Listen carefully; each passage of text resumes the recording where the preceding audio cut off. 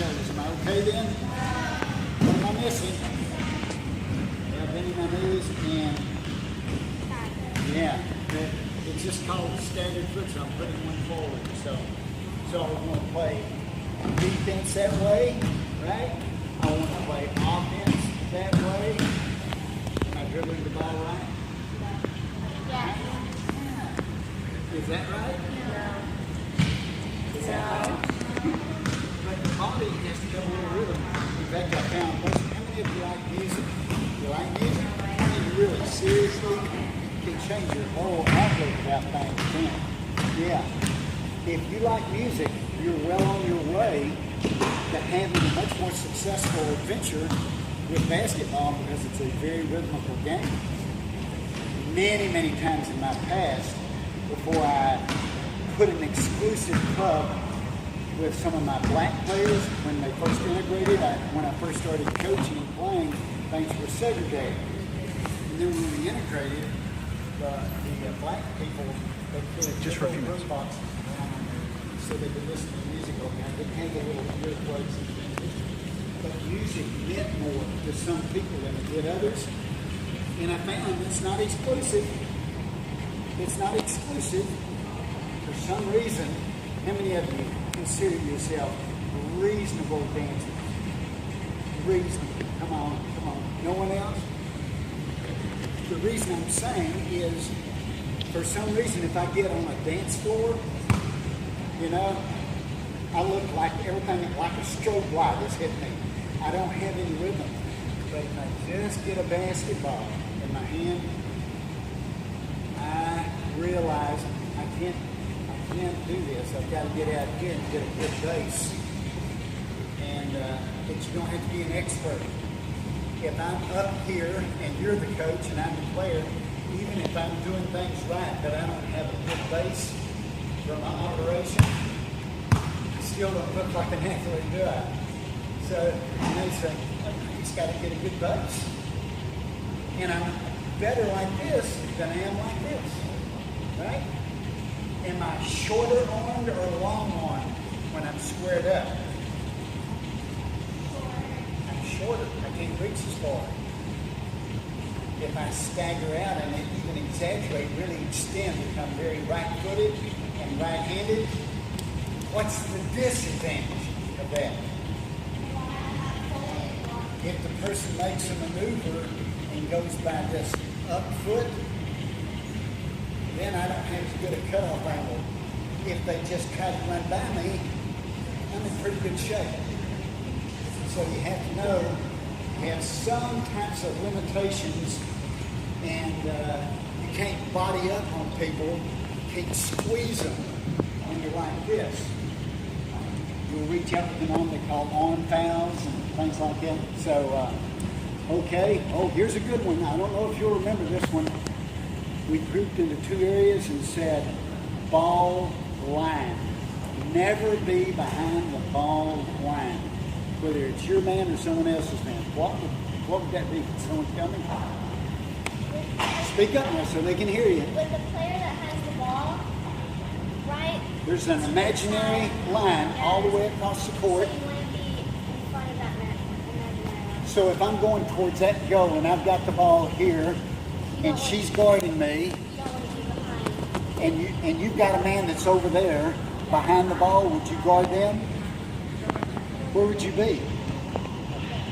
There's a ball line here and you say, I don't care if there's someone behind the ball anywhere on the court, I'm going to be past the ball line.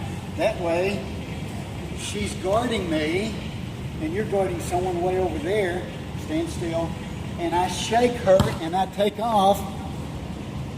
You're not having to play catch up to help her from behind the ball. You're always ahead of the ball. That reasonable? So she gave a good answer. Give her a hand. That was the first real question that What do you call a defense when you come up there and the coach tells you to just let me get by you? It's called a dummy defense.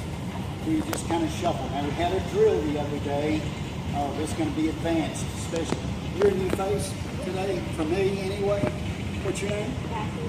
Kathy. Okay, Kathy. Kathy. Cassidy. Okay. Thank you, Kathy. And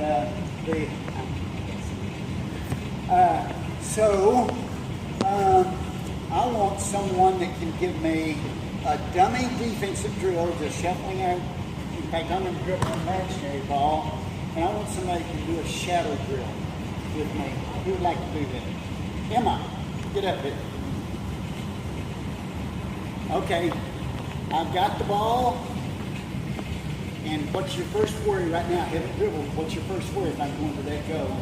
Contain. Back off until I've taken the first dribble. What am I right now? Live, dead, or dribbling? Live. Hey, y'all are getting where you let me know the answers. Good. Live. I just received the ball. I did not start dribbling because what if I've got a teammate that's open in front of me? Do I dribble up to him and give him the ball, or do I pass it? Sure, right? So I'd pass it to an open teammate. What if I knew they were going to open up in just a second, this person's got the passing lane covered. I might just dribble one dribble. Can I dribble with my head up for at least one dribble? All of you? You can dribble it one time at least. You won't do this. You can literally dribble at least one time? Okay, that's good. That's important. Now, here's another question. Come on, you're guarding me, Emma. Okay, I'm live. Why is she playing back on me so far? That's right. She doesn't know if I might jab one direction or the other, if I fake it and then dribble. She's worried about containing me on that first step. Are we asking you to ever steal the ball, foul them, time up, block their shot, contain? Yes. Okay. Is she containing me? Okay. So which hand should I dribble with if I go this way? Do all of you agree with left? I just heard 4 people. Which hand should I use if I dribble going this way? Left. Good. Okay, I'm taking off. Come on up here. Now, as soon as I made a commitment, and now I am what-handed, left or right? I'm left-handed, so she is which hand and which foot? What should she be? Right. Woo! Mama, give me some of that. Yeah, she knew the answer. I wanted 10 people to tell me, because it was our first drill the other day, how many times should I run that before I expect you to do it in a game? 1,000 or 1,000,000 until it becomes, you don't even have to think about it. When that person takes off this way, she knows she's going to get right-handed, right-footed now. Put your hand on the ball, reverse. Oh, I used the word. Y'all remember the reverse hand? Okay.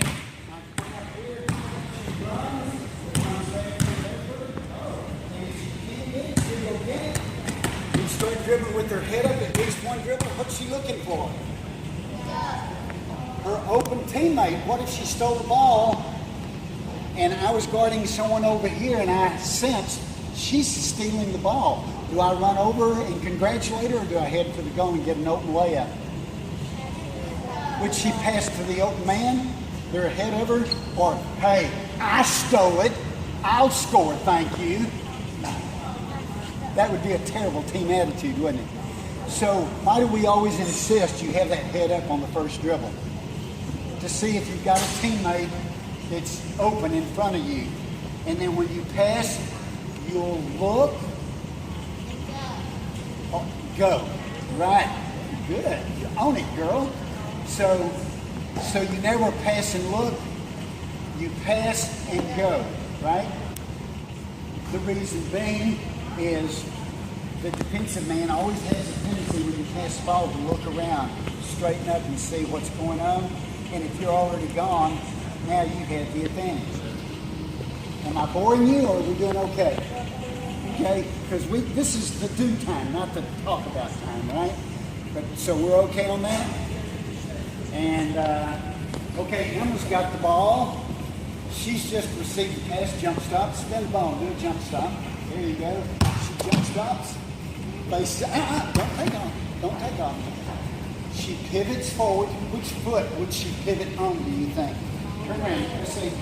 ball in the major jump stop, and she wants to face up and see if there's some teammate to pass through, or am I going to squeeze her, or am I going to back off? Because I'm like this, I'm going to face up.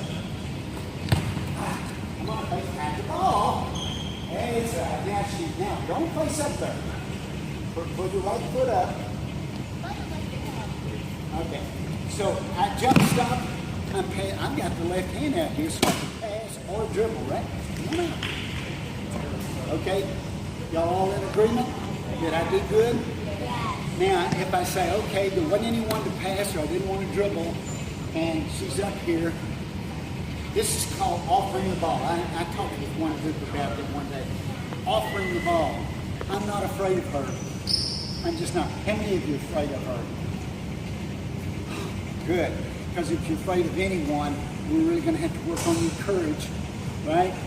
So when I turn around, I'm sitting there thinking, I hope I don't have to hide the ball. Now jump up and squeeze me. Whoop. First thing I do, even although I'm bigger, I don't like to hide the ball high because I can't dribble quickly from there.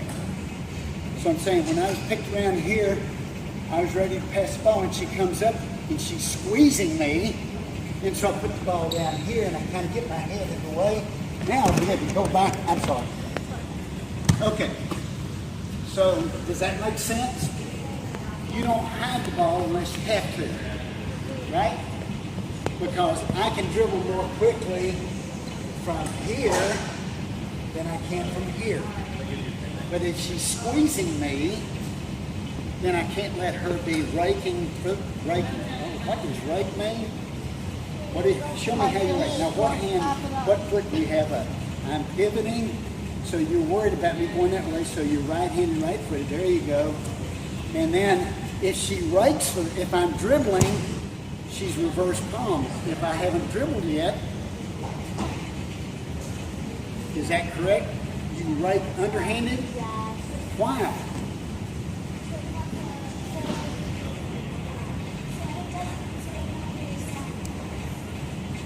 Is the hand part of the ball? It is, but the officials most of the time will hear skin to skin and they'll call it. Now, if they call a foul on you, and it wasn't, are you supposed to lay on the floor and cry or hold your breath? Make him feel bad? Of course not. It's already done. So you just raise your hand and don't look at mom or the crowd or even coach. That wasn't a foul. You know, it makes official develop an attitude, think that you're trying to do both jobs. So you just take the calls. Some of them be good, some of them be bad. By the way, when I'm blowing the whistle and you have a scrimmage someday in here, as soon as I feel comfortable, that you know what to do, and you're guarding somebody and they go out of bounds, will you stop then?